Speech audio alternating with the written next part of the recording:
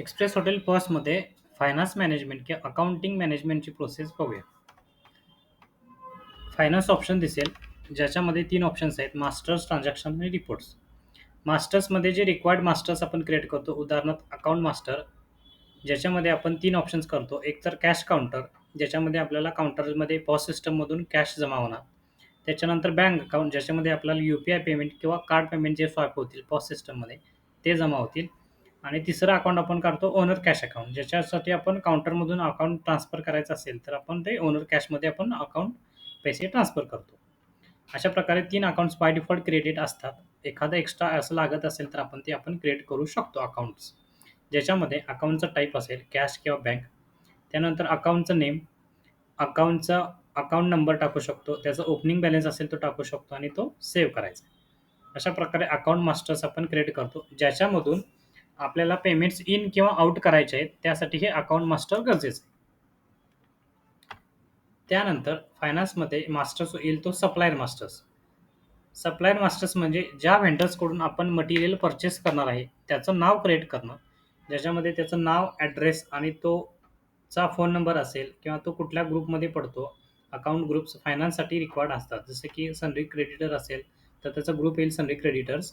आणि तो जर आपल्याला फूड मटेरियल देत असेल, तर तो फूड पर्चेसमध्ये येईल. समजा तो बाकी काही मटेरियल देत असेल, तर तो अदर एक्सपेन्सेसमध्ये किंवा मार्केटिंग एक्सपेन्सेस किंवा अदर पर्चेसमध्ये आपण टाकू शकतो. आता आपण फूड पर्चेस घेऊ. बाकीची इन्फॉर्मेशनसुद्धा गरज असेल तर आपण टाकू शकतो. जसं की त्याचा मोबाईल नंबर, ईमेल आयडी, त्याचं डिजिग्नेशन, त्याचा व्हॅट टिन नंबर किंवा त्याचा जी-एस-टी नंबर असेल तर टाकू शकतो. हा झाला सप्लायर मास्टर्स किंवा ज्याला व्हेंडर मास्टर्स म्हणतो.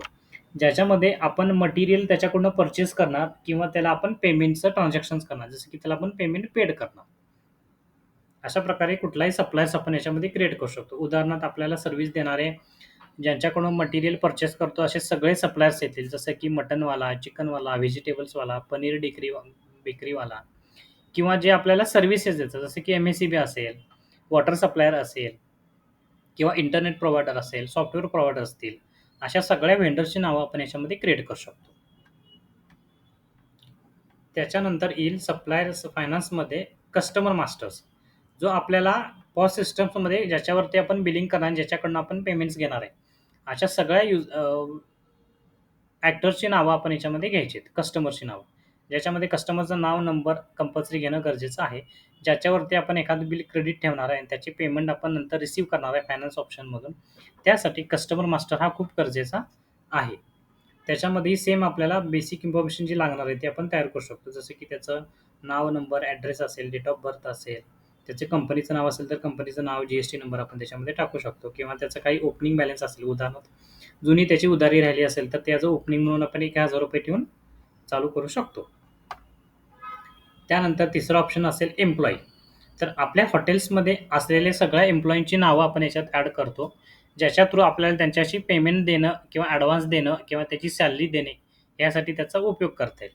ज्याच्यामध्ये आपण त्याची बेसिक इन्फॉर्मेशन जसं की नाव, नंबर किंवा त्याचा डिपार्टमेंट कुठला आहे, रोल काय आहे, तो घेऊ शकतो. त्याच्यानंतर त्याची जॉइनिंग डेट काय आहे, त्याचा अकाउंट नंबर कुठला आहे, बँक अकाउंट डिटेल्स काय आहे, हे सगळे बेसिक इन्फॉर्मेशन आपण त्या एम्प्लॉयी मास्टर्समध्ये क्रिएट करू शकतो. हे झालं मास्टर संदर्भात. म्हणजे जे रिक्वायर्ड डेटा आपल्याला लागणार आहे ट्रान्झॅक्शन करायसाठी, ते सगळे मास्टर्स आपण या ठिकाणी क्रिएट केलेले आहेत. त्यानंतर आपण बघू ट्रान्झॅक्शन्स ऑप्शन. ट्रान्झॅक्शन्स म्हणजे म्हणजे आपण दिवसभरामध्ये जे काही प्रोसेसिंग करणार आहे, ते सगळे आपण ट्रान्झॅक्शन, जसं की पेमेंट इन आणि आउट करणार. तर पेमेंट आउट करायचे 2 ऑप्शन्स आहेत आणि इन करायचं 1 ऑप्शन्स आहे. ज्याच्यामध्ये पेमेंट आउटमध्ये पहिला ऑप्शन येईल अदर पर्चेस, ज्याला आपण जनरल व्हाउचर्स म्हणतो. म्हणजे या ठिकाणी आपण असे पेमेंट देणार आहे ज्याचे सर्व्हिसेस आपण घेतलेले आहेत. पे फॉर सर्व्हिसेस ऑप्शन्समध्ये हा कॅटेगरी येते, ज्याला अकाउंटिंगमध्ये जेव्हीसुद्धा, जनरल व्हाउचरसुद्धा म्हटलं जातं. तर ह्याच्यामध्ये आपण कुठले पेमेंट देणार आहे, तर आपण ज्याच्याकडनं सर्व्हिसेस घेतलेल्या आहे, मटेरियल घेतलेलं नाही, ज्याच्यामध्ये आपल्याला काही इन्व्हेंटरी इन्व्हर्ट झालेली नाही, पण त्याच्याकडनं आपण सर्व्हिसेस घेतल्यामुळे आपण त्यांना काही पैसे देणं लागतो. या ऑप्शन्समध्ये आपण एंट्री करणार आहे. उदाहरणार्थ आपण काही मेंटेनन्स केला असेल, तर आपण मेंटेनन्सच्या अंडर्स एखाद्या वेंडर्सला आपण देऊ शकतो. जसं की इथं मी ₹500 पेड केले, ज्याच्यामध्ये मला जी-एस-टी काय लावायचं नाही आहे, तर तुम्ही जी-एस-टी न लावता अमाउंट टाकली ₹500. ज्याच्यामध्ये पेड अमाऊंट टाकली मी ₹500 आणि मला जर कॅशमधून द्यायचं असेल तर मी इथं काउंटर सिलेक्ट केलं आणि पे मोड कॅश सिलेक्ट करा आणि हा सेव्ह केला. समजा आपण काही मेंटेनन्स केला असतं तर मी नरेशन टाकू शकतो की इलेक्ट्रिक मेंटेनन्स. डेट इथं सिलेक्ट करायची, ज्या एक्सपेन्सेस ज्या दिवशी आपल्याला करायचे त्याची डेट सिलेक्ट केली, टाईप सिलेक्ट केला, सप्लायरचं नाव घेतलं, अमाऊंट्स टाकली, जीएसटी वगैरे काय नसेल तर ते 0 ठेवून इनवॉइस अमाऊंट आणि पेड अमाऊंट आपण काउंटरमधून दिल्यामुळं पेड केली. इथं मी काउंटर सिलेक्ट केलं आणि अमाऊंट टाकून त्याचा पे मोड कॅश घेतला आणि सेव्ह केला. अशा प्रकारे आपल्या काउंटरमधून ₹500 एक्सपेन्सेसची एंट्री पडली, ज्याच्यावरची आपल्याला प्रिंटसुद्धा पाहिजे असेल तर वाउचर प्रिंट म्हणून सुद्धा आपण काढू शकतो. हे झालं पेमेंट ऑप्शन्स. अदर परचेसचा अदर परचेस ऑप्शन, ज्याच्यामध्ये आपण सर्व्हिसेसच्या अंडर आपण पेमेंट दिलेले आहेत. त्याच्यानंतरचा ऑप्शन्स येईल तर तो पेमेंट्स. जो आपण एखाद्या व्हेंडर्सकडनं मटेरियल परचेस केलेलं आहे, त्याच्या रिलेटेड आपल्याला त्याला पेमेंट द्यायचं असेल तर आपण पेमेंटमधून पेमेंट देणार त्याचं. तर न्यू केलं, इथं टाईप येईल परचेस, डेट्स येईल रिसिट डेट, त्याच्यानंतर त्याच्यामध्ये सप्लायरचं नाव येईल. सप्लायरचं नाव सिलेक्ट केल्यानंतर त्याच्या अकाउंट्सवरती अजून किती बॅलन्स देणं आहे हे आपल्याला इथे दिसेल. जसं की इथे ₹3204 आपण त्याला देणं आहे. तर त्याच्यामधले आपण काही अमाऊंट आपण आता कॅश काउंटरमधून त्याला ₹2000 पे करू. Paid last invoice number 455. अशा प्रकारचं मी त्याला कॅश परचेस वेंडर्सला ₹2000 पे केलेले आहेत. तर ते इथं मी पे केलं. सेम त्या प्रकारे त्याची प्रिंटआउट सुद्धा आपल्याला घेता येईल, जे आपण पेमेंट सप्लायरला दिलेले आहेत.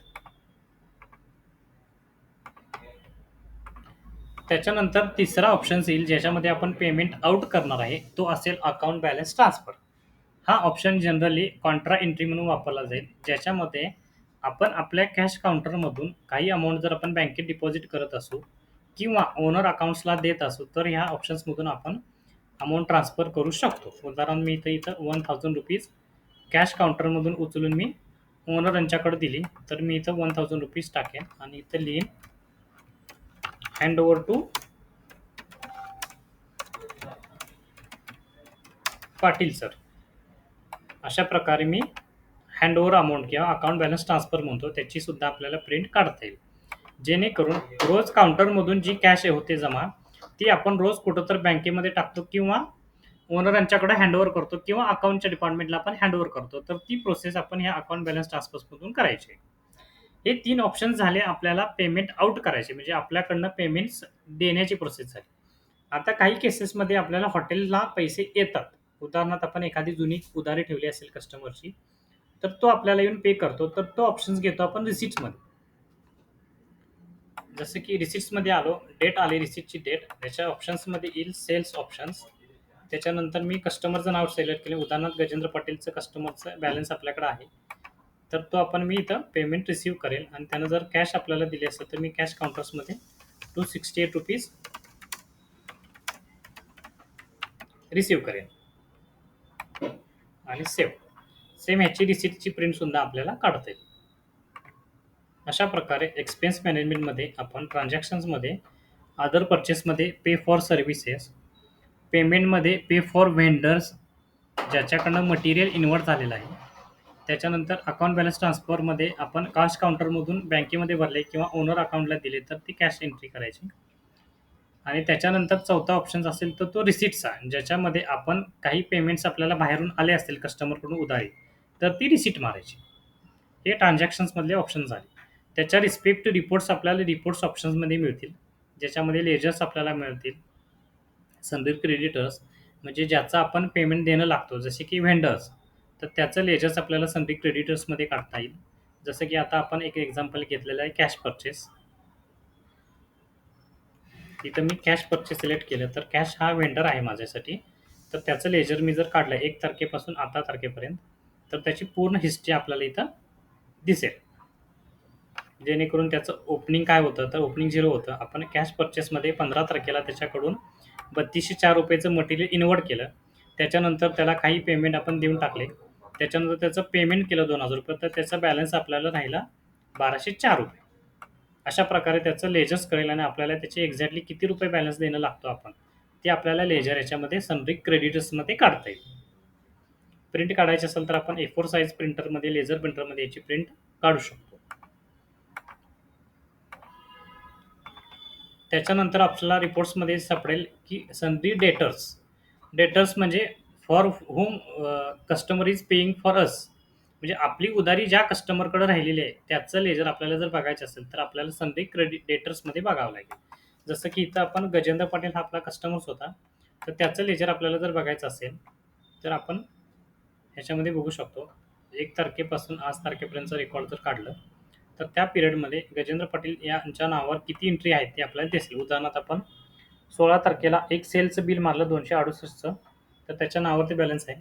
त्याच्यानंतर त्यांचं ओपनिंग काय नाही, तर सेलची रिसीट आपण 268 घेतली तर ती आपल्याला इथं रिसीट जमा झालेली दिसेल.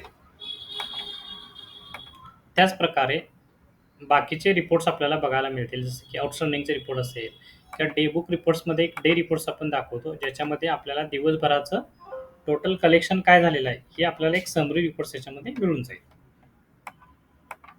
किंवा काही रजिस्टर रिपोर्ट सुद्धा इन डिटेल्समध्ये आपल्याला काढता येतात.